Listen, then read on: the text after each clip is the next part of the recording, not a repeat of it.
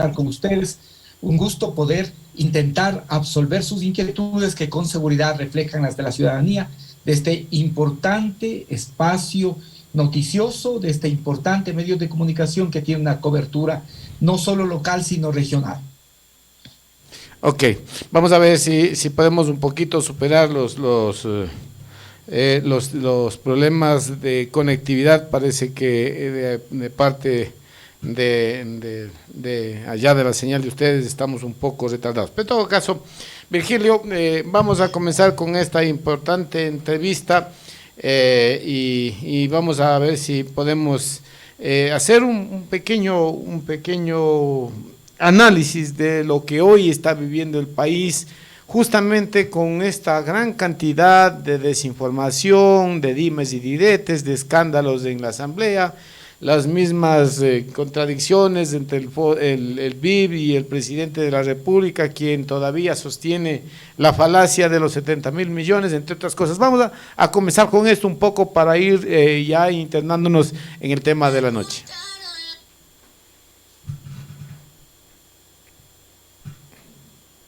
Sí, ¿nos está escuchando, Virgilio?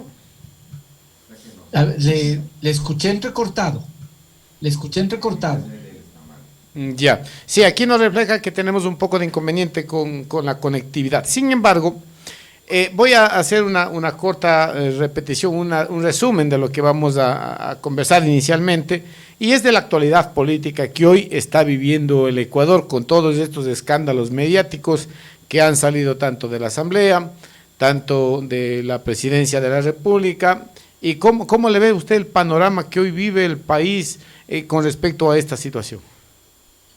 Mire, este día viernes, se cumplen 4 meses de gestión del presidente Guillermo Lasso. Y hay que decir que en estos 4 meses lo que es positivo es el tema de las vacunas. Esto mal haríamos en negarlo. Casi el 60% de la población está vacunada. Además, se ha empezado el proceso de vacunación de jóvenes de 12 a 15 años. Esto es positivo. Pero el tema es que no puede ser este el gran y único objetivo. Esto es la base, esto es lo mínimo. Pero luego tenemos que tener una salud pública de calidad. Requerimos educación pública de calidad. Y sobre todo, el país requiere respuestas de los temas por los que votó por Guillermo Lasso. No hay hasta ahora un solo indicio de cuál va a ser su política económica. Más bien, las cosas que hasta ahora conocemos, antes que tranquilizarnos, nos preocupan, porque lo que más claro está es que va a seguir con el programa del Fondo Monetario Internacional, y ese programa ya nosotros podemos ver las repercusiones. Si uno no siente mes a mes lo que significa el precio de la subida de los combustibles, si uno mira qué ha pasado, en el último año tenemos un incremento del 60% de los combustibles, y esto evidentemente golpea a los bolsillos. O lo que se ha señalado, que no se va a cobrar impuestos a las grandes fortunas, pero sí se va a buscar cobrar a los sectores medios y a aquellos que tienen un ingreso mayor a $1.000. Vea usted, de tal manera que esos son los temas que siguen siendo de preocupación.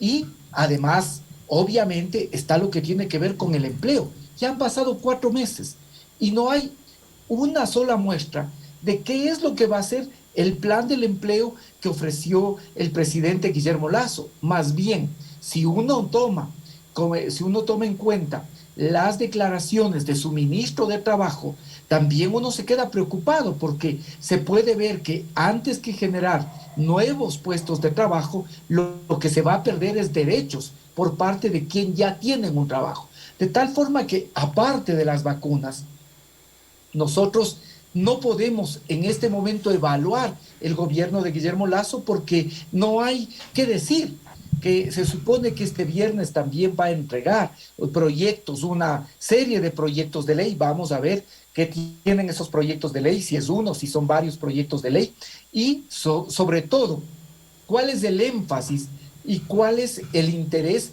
que tienen esos proyectos, de tal forma que vamos recién el viernes, a los 4 meses de gobierno, vamos a poder ver cuáles son los proyectos que se envían. Y ojalá no sean proyectos para castigar a los sectores medios y castigar a los sectores más pobres de la población. Ya es llover sobre mojado hablar del tema de los 70.000 millones de dólares. Esto ya es un tema que se ha demostrado N veces hasta la saciedad, las mentiras en que incurrió el anterior presidente y las mentiras que hoy la misma institución desmiente al presidente luego de sus pronunciamientos en este foro internacional.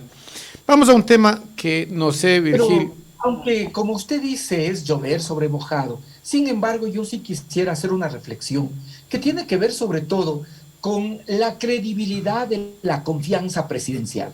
Y creo que usted hace bien en poner estas declaraciones también en la perspectiva de comparación con el gobierno anterior y lo que hacía de forma repetida el señor Lenín Moreno.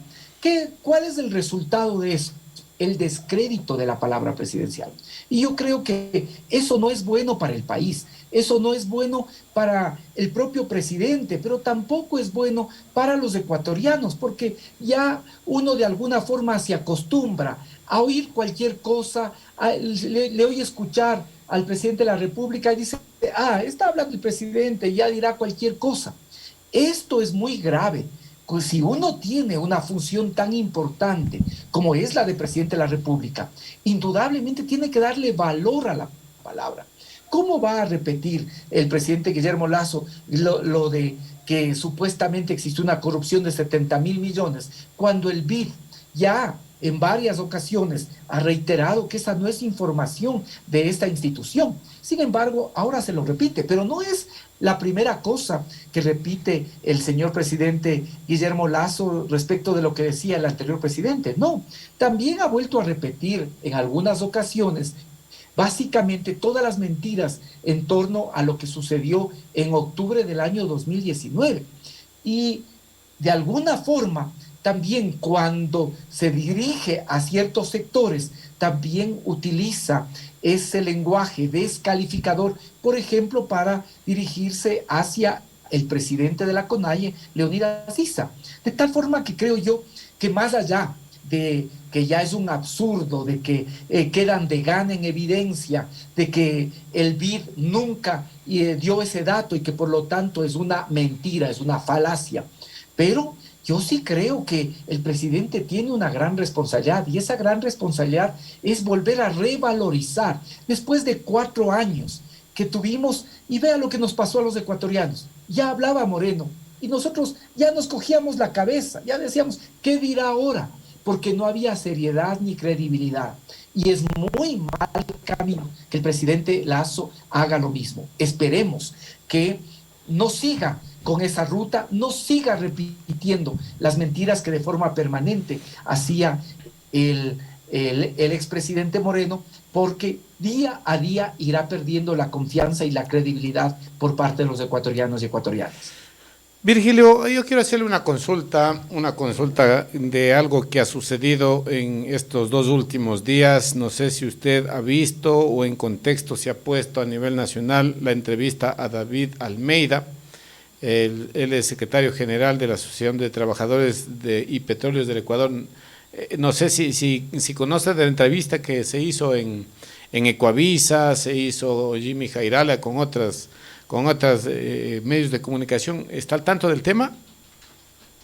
No he tenido la oportunidad de ver, he visto también solo los comentarios que se hacen por las redes sociales, pero yo lamentablemente también por compromisos a esas horas no pude mirar la entrevista, solo he podido escuchar y he podido leer lo que se comenta en redes sociales. Bueno, básicamente era porque hay una grave situación que, según denuncias de David Almeida, en el país nunca ha existido un subsidio para los combustibles, que de hecho la actividad petrolera con la producción de combustibles, naftas, ha sido una una actividad que ha dado réditos al país. Bueno, pero si no está al tanto del tema, vamos a avanzar con la esencia. Y vamos al fondo de la entrevista, Virgilio, que es esta solicitud que hiciesen los familiares el Comité de Familiares de Víctimas de Octubre, que solicita a la Asamblea una amnistía para Virgilio Hernández. ¿Cómo está ese tema,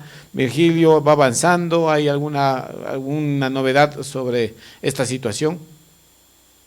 Mire, antes de responderle a su pregunta, yo solo quisiera concluir el bloque anterior diciendo que ahora que se van a cumplir 4 meses del gobierno del señor Guillermo Lasso, hay que recordar y sobre todo insistir que el actual presidente está perdiendo una oportunidad histórica para llegar a un efectivo acuerdo. Creo yo que con 4 o 5 cosas que pudiese plantearse el presidente Lasso, se podría lograr una gran convergencia de distintos sectores, porque todos estamos preocupados por el país. Miren, le doy algunas ideas. ¿Qué nos ha demostrado la pandemia? La importancia de la salud y la educación. Si es que habría la voluntad política de elevar este año el 1% del PIB para educación y salud, ¿tendría o no el apoyo de las distintas fuerzas políticas? Indudablemente que sí. Segundo, si es que se cumpliría su promesa de campaña de entregar $1.000 millones al 1% de interés a 30 años plazo, así no fuesen los 30 años de plazo, pero colocar $1.000 millones en créditos a bajo interés, eso permitiría reactivar la economía, generar empleo y permitir también que se recupere la demanda en el país. Tercero, creo que es fundamental declarar en emergencia el sector rural. Las protestas que existen del sector arrocero, las protestas que existen del sector agricultor porque no se toman medidas respecto del contrabando. Estas son preocupaciones que tienen que ser abordadas por el gobierno. Cuarto, el tema de las universidades. Un país que quiere tener futuro no puede abandonar y dejar de invertir en las universidades. Este sería un elemento con el que seguramente distintas fuerzas políticas estaríamos de acuerdo. Quinto, pagar la deuda y trasladar los recursos que corresponden a los gobiernos autónomos descentralizados. Esto no solo que permite cumplir la ley, sino que adicionalmente permite que sean municipios, consejos provinciales, juntas parroquiales, cumplan con sus competencias, pero además ayuda a dinamizar la economía local. Y sexto, es fundamental precisamente parar con estas declaraciones persecutorias, con estas declaraciones sin fundamento y más bien que prevalezca la verdad y que el presidente tenga la valentía de efectivamente poder decirle la verdad al país. Vea, yo le he planteado 5 o 6 cosas con las cuales muchos sectores podríamos estar de acuerdo y podría generarse un plan de verdadera recuperación económica. Esto es fundamental en este momento para el país. Para responderle a la pregunta que usted me realiza, ya hace 15 días el Comité de Familiares y Víctimas de Octubre, Marcos Otto, planteó una propuesta de amnistía para distintas personas que fuimos involucrados en estos hechos de octubre. Y se planteó precisamente la amnistía, en este caso, también para la prefecta, para Paola Pavón, para Cristian González, para mí. Esta propuesta de amnistía, nosotros sabemos que requiere sobre todo de los votos. Ya en este momento entiendo que hay un informe de la Unidad de Técnica Legislativa. El día de mañana, entiendo yo, va el CAL a calificar y se enviará a alguna de las comisiones. Espero yo que sea la Comisión de Justicia o la Comisión de Derechos Humanos. Y luego tendrá que ir al Pleno. Y en el Pleno se requiere las 2/3 partes de los votos. Es una cifra que es bastante alta. Eso es un número de asambleístas que es bastante alto, de tal manera que sin que deje de ser una luz de esperanza, nosotros sabemos también que tiene sus complicaciones poder tener 92 votos. Sin embargo, le digo, creo que esto va a servir para que se pueda conocer en el Pleno de la Asamblea y por intermedio de la Asamblea, ojalá pueda existir apertura de los medios de comunicación para que se pueda ver que en nuestro caso no hay un solo fundamento, que todo fueron infamias, que todo fueron montajes, que se le dijeron mentiras al país para buscar justificar la persecución a nosotros y también el habernos detenido y el habernos privado de la libertad.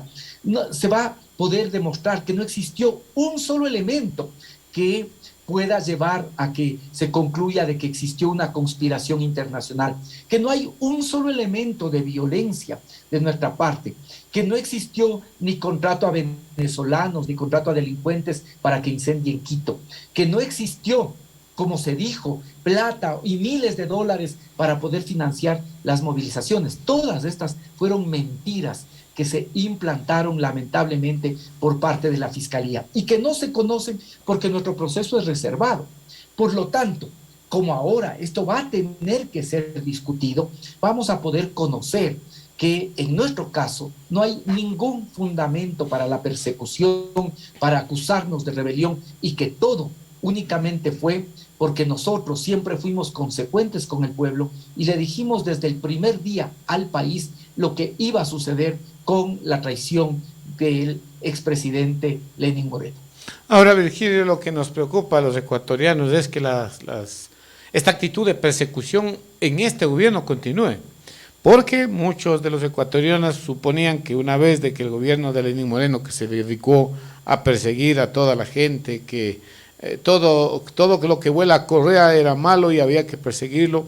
Lamentablemente, usted acaba de decirlo, no se ha encontrado un indicio, una prueba, no se ha encontrado ningún tipo de evidencia que demuestre o que ratifique o certifique de que ustedes plantearon o hicieron algo para ser acusados de rebelión.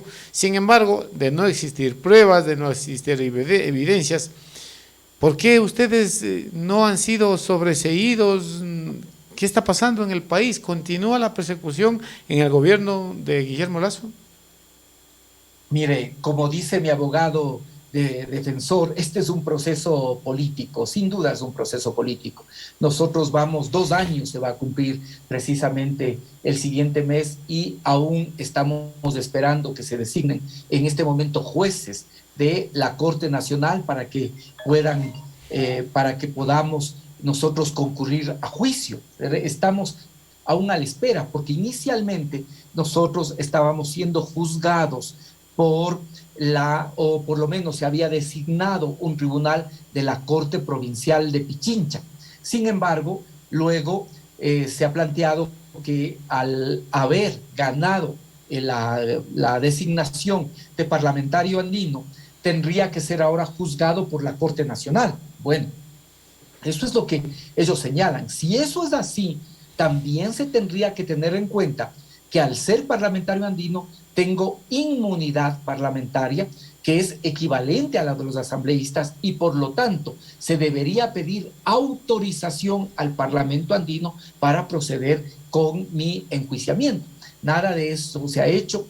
Nosotros aún estamos esperando una audiencia de juzgamiento y lo único que queremos para nosotros es lo que queremos para usted, lo que queremos mañana para cualquier ciudadano si tiene un lío de carácter penal, que pueda existir debido proceso, que los jueces actúen no por presiones, que los jueces actúen con base a la Constitución, con base a la ley y también a la verdad procesal, y que no tengamos consignas políticas para buscar dejar fuera a quienes somos opositores, pero siempre en el marco de la Constitución, de la democracia y de la ley.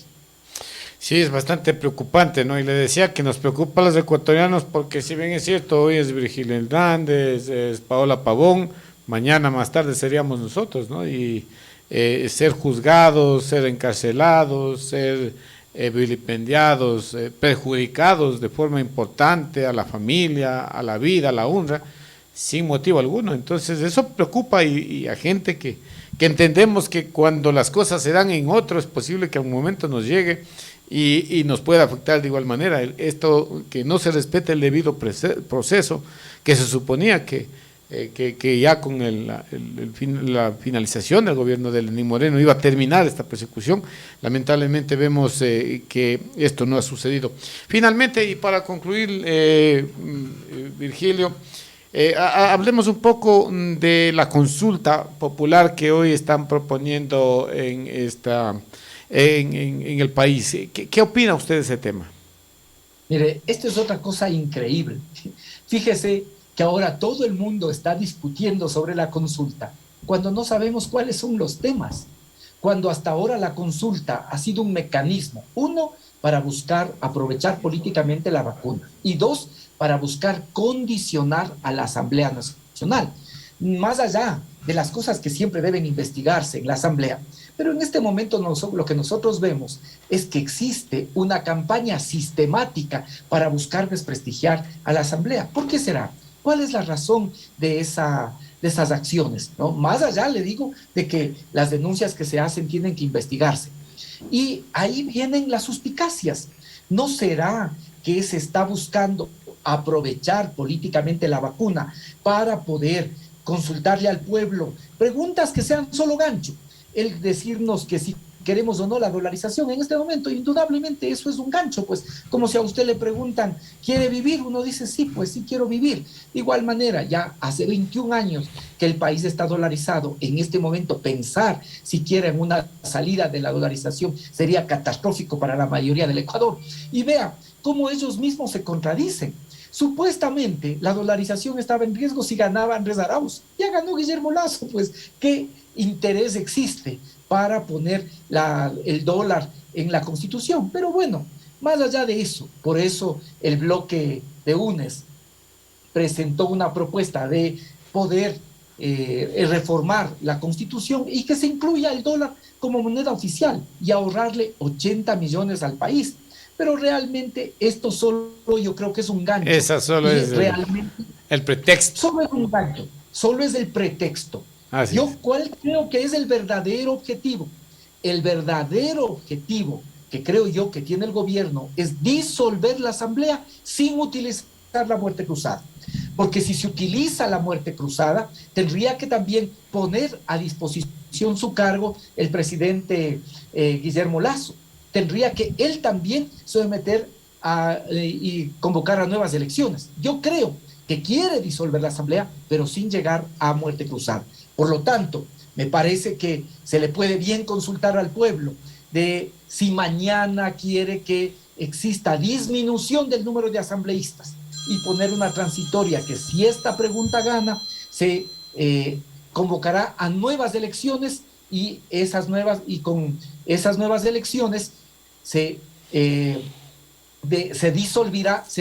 disolverá la asamblea actual. Pero ahí no están los reales problemas del Ecuador. Y tampoco puede decir que hasta ahora ha habido bloqueo. No ha existido bloqueo porque solo ha enviado 2 proyectos de ley que se están tramitando, ha enviado un presupuesto general del Estado que no cumple con los parámetros constitucionales, que no se apega a un plan nacional de desarrollo, que no cumple con el incremento para educación como establece la propia Constitución, que no establece los recursos necesarios para los gobiernos autónomos centralizados. Y por eso lo que ha sido la proforma es observada, pero observar no se puede señalar que es un obstáculo porque es una probabilidad que está en la propia Constitución de la República. La Constitución establece la posibilidad de observar y ahora el Ejecutivo tiene que considerar y que analizar las observaciones que ha realizado el legislativo. Esto no es obstruir, esto es precisamente vivir en el marco de la democracia y utilizar las probabilidades que la propia Constitución existe para la aprobación del presupuesto general del Estado. Si hay un presupuesto que no está de acuerdo a la Constitución, que afecta a los sectores populares, que afecta a la educación, que afecta a los intereses del pueblo, no se lo puede aprobar por más amenaza que exista. Y eso es lo que ha hecho la Asamblea Nacional, observar el presupuesto, y esto no puede ser visto como una obstrucción porque es parte de las posibilidades que existe en la Constitución de la República respecto de lo que tiene que ver con el presupuesto general del Estado. Muy bien, Virgilio, primeramente estas disculpas por esos minutitos de retraso. Estamos en hora de iniciar una nueva entrevista. Le agradezco por comparecer ante los micrófonos de Radio Espacio. Esto es importante, yo creo que todas estas aclaraciones tendrán este eco en la población. Esperemos de que el tema de la amnistía progrese, porque necesitamos justicia y necesitamos justicia en todo el país, y yo creo que hay que comenzar por los temas más emblemáticos que el país ha sentido y ha vivido en estos últimos años. Le dejo en sus palabras finales, Virgilio, le agradezco nuevamente por comparecer ante nuestros micrófonos.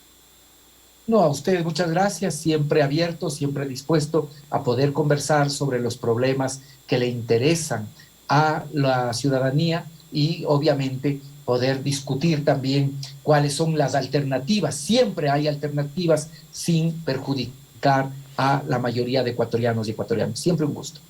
Muchas gracias, Virgilio Hernández, parlamentario andino, ha estado el día con nosotros analizando estos temas que son de mucha importancia para el país, algo de actualidad, el tema de la amnistía para las personas que han sido enjuiciadas por las manifestaciones de octubre, la consulta popular, y se nos quedó algo en carpeta, es las gestiones que Virgilio Hernández como asambleísta o como parlamentario andino ha venido haciendo. Lamentablemente el tiempo en radio es muy corto y ya tenemos tras la cámara en nuestra pantalla de Zoom al alcalde del Cantón Guaranda, Medardo Chimbolema, con quien luego del corte comercial volveremos con esta importante entrevista.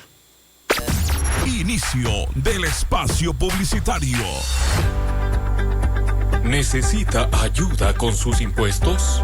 KS Especialistas Tributarios. Somos un equipo completo en temas tributarios, contables, legales y financieros. Ofrecemos asesoramiento en todas las obligaciones con el SRI, IES, Superintendencia de Compañías y Ministerio de Trabajo.